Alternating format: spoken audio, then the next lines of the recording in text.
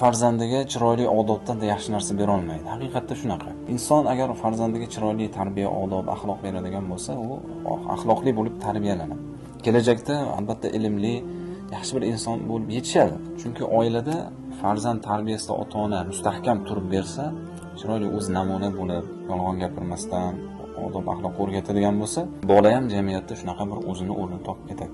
Agar ota-ona farzandiga yolg'on gapirib, va'da berib ustidan chiqmasdan, xiyonat qilib tarbiyalaydigan bo'lsa, ertaga farzand ota-onasiga ham yolg'on gapiradi. Ota-onasi yolg'on gapirgan bo'la, ertaga o'rtog'ini, do'stlarini ham aldaydigan bo'ladi.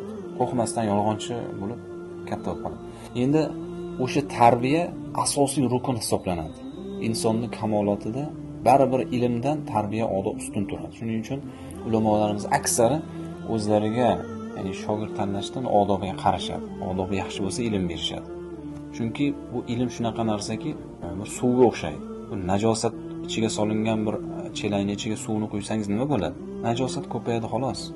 Agar o'sha chelak toza qilib, pokiza bo'lib, unga toza suv quyiladigan bo'lsa, ana unda toza suv saqlanadi. Tarbiya ham shunaqa. Inson ilm o'rganishdan avval tarbiyasi yaxshi bo'ladigan bo'lsa, o'sha ilm unga muvofiqlashadi, ziyoda bo'ladi.